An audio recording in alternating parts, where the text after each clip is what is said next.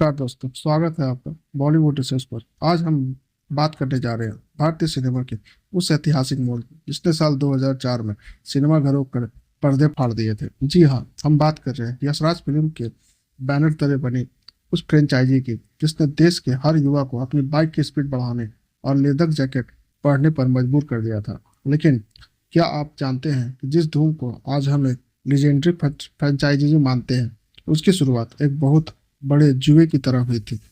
Actors मना कर चुके थे, मेकर्स डरे हुए थे और स्क्रिप्ट में ऐसे ऐसे बदलाव किए गए थे जो अगर लागू रहते तो फिल्म का पूरा इतिहास बदल जाता। आज के इस स्पेशल वीडियो में हम खोलेंगे धूम के वो राज जो आज से पहले आपने किसी किताब या इंटरव्यू में नहीं सुने होंगे। तो वीडियो को अंत तक देखिएगा क्योंकि वीडियो बहुत गहरी और मसालेदार होने वाली है। साल 2004 का दौर बॉलीवुड के लिए थोड़ा सा बदलाव का दौर था। रोमांस और फैमिली ड्रामा की भीड़ में अचानक कुछ ऐसा चाहिए था जो थ्रिल दे। डायरेक्टर संजीवी गढ़वी और प्रोड्यूसर आदित्य चोपड़ा कुछ अलग करना चाहते थे। अब यहाँ आता है पहले चौंकाने वाला फैक्ट। फिल्म के मेकर आदित्य चोपड़ा के दिमाग में धूम का बेसिक कॉन्सेप्ट कहाँ से आया था? क्या आप गेस कर सकते हैं? कोई बोल हॉलीवुड फिल्म नहीं। आदित्य चोपड़ा अपने पिता यश चोपड़ा के साथ मल्टी स्टारर फिल्म काला पत्थर देख रहे थे। उस फिल्म के कुछ एक्शन टेम्पो और रॉ एनर्जी ने उनके दिमाग में एक नई जनरेशन की एक्शन थ्रिलर की चिंगारी जलाई। और और फिल्म का टाइटल ट्रैक भी अमिताभ बच्चन की पुरानी फिल्म के गाने धूम माचे धूम के वाइब से इंस्पायर्ड था, जिसे बाद में बदलकर आइकॉनिक धूम मचाले कर दिया गया। लेकिन जरा सोचिए, अगर यशराज फिल्म अपनी पहली प्लानिंग पर टिके रहते तो क्या होता? शुरुआत में मेकर्स फिल्म में सुपर बाइक्स के बजाय हाई स्पीड स्पोर्ट्स कार का इस्तेमाल करने की सोच रहे थे। जी हाँ, विलेन और चोर गैंग कारों में भागने वाले थे। लेकिन संजय गढ़वी ने बीच में दखल दिया और कहा, कार के अंदर एक्टर्स के चेहरे छुप जाते हैं, एक्सप्रेशन नहीं दिखते। अगर रोमांच पैदा करना है तो हमें पहियों पर खुलेआम उड़ना होगा। हमें मोटर बाइक्स चाहिए। और बस यहीं से भारत में सुपर बाइक्स कल्चर का जन्म हुआ। अब बात करते हैं उस किरदार की जिसने फिल्म रिलीज होने के बाद पुलिस से ज्यादा तालियां बटोरी। फिल्म का विलेन, एंटी हीरो कबीर। आज हम जॉन अब्राहम के लंबे बालों, स्टाइलिश बियर और उस खतरनाक एटीट्यूड की कल्पना किसी और के साथ नहीं कर सकते। लेकिन भाई साहब, ट्विस्ट यही है कि जॉन अब्राहम मेकर्स की पहली पसंद थे ही नहीं।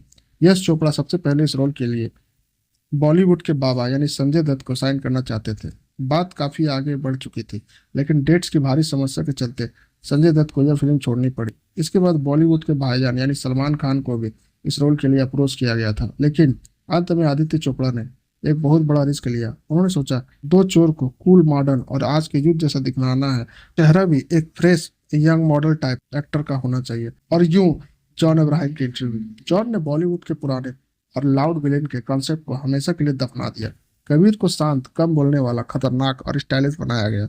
सच कहे तो जनता पर्दे पर अभिषेक बच्चन के कॉप को कम और जॉन के कबीर को ज्यादा चीयर करती रही। अब आते हैं सेट के कुछ ऐसे हिस्सों पर जिन्हें जानकर आपके होश उड़ जाएंगे। जी हाँ, ऑन स्क्रीन एक कड़क पुलिस ऑफिसर और बाइकर बने अभिषेक बच्चन को असल जिंदगी में उनके घर वालों ने बाइक चलाने की सख्त मनाही दी। फिल्म के दौरान जॉन अब्राहम ने अभिषेक को बाइक के लिए बेसिक दांव पेच सिखाए थे। फिल्म में अभिषेक बच्चन के साथ रिमी सेन ने उनकी पत्नी स्वीटी का रोल निभाया था। डायरेक्टर संजय गढ़वी ने अभिषेक और रिमी के बीच कुछ बहुत बोल्ड और इंटीमेट सीन्स शूट किए थे। लेकिन बाद में एडिटिंग टेबल पर यह महसूस हुआ कि यशराज फिल्म की फैमिली फ्रेंडली टोन और भारतीय दर्शकों की मानसिकता के हिसाब से वो सीन थोड़े असहज हो सकते हैं। इसलिए बिना किसी झिझक के उन बड़े सीन्स को हमेशा के लिए डिलीट कर दिया गया। फिल्म में ईशा देओल ने ग्लैमरस लुक में काफी सुर्खियां बटोरी थी। ईशा ने इस फिल्म में पहली बार ऑन स्क्रीन बिकनी पहनी थी, जिसके लिए उन्हें अपनी मां हेमा मालिनी से बाकायदा अनुमति लेनी पड़ी थी। यशराज बैनर्जी की पहचान उनके इमोशनल पारिवारिक ड्रामा में से होती है। लेकिन धूम हिंदी सिनेमा की और यशराज की पहली ऐसी फिल्म थी जिसमें एक भी टिपिकल मेलोड्रामा या इमोशनल पारिवारिक सीन नहीं था। वह पूरी तरह से नॉन स्टॉप एड्रेनालाइन रस पर आधारित थी। क्या धूम हॉलीवुड की कॉपी थी? इस सवाल पर आज भी बहस छिड़ती है। फिल्म विश्लेषक अक्सर इसकी तुलना हॉलीवुड की superhit franchise the fast and the furious oceans 11 से करते हैं।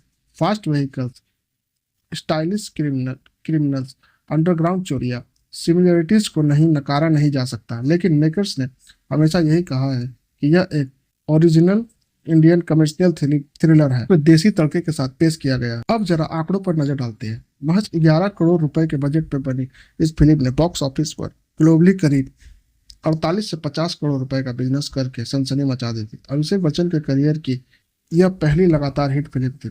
इसने उनके डूबते करियर को एक नया जीवन दान दिया। उदय चोपड़ा के अली का कॉमिक पंच और उनकी लाइनें जन जन की जुबान पर चढ़ गई। टाटा यंग की आवाज में गाया गया धूम मचा ले भारत का नेशनल एंथम बन गया था। लोग टाटा यंग के प्रोनाउंसिएशन धूम को कॉपी करते थे और मेकर्स ने भी जनता के क्रेज को देखते हुए ट्रैक में कोई बदलाव नहीं किया। तो दोस्तों, धूम सिर्फ एक फिल्म नहीं थी, यह 2000 के दशक के भारतीय यूथ के एटीट्यूड का एक नया स्टाइल स्टेटमेंट था।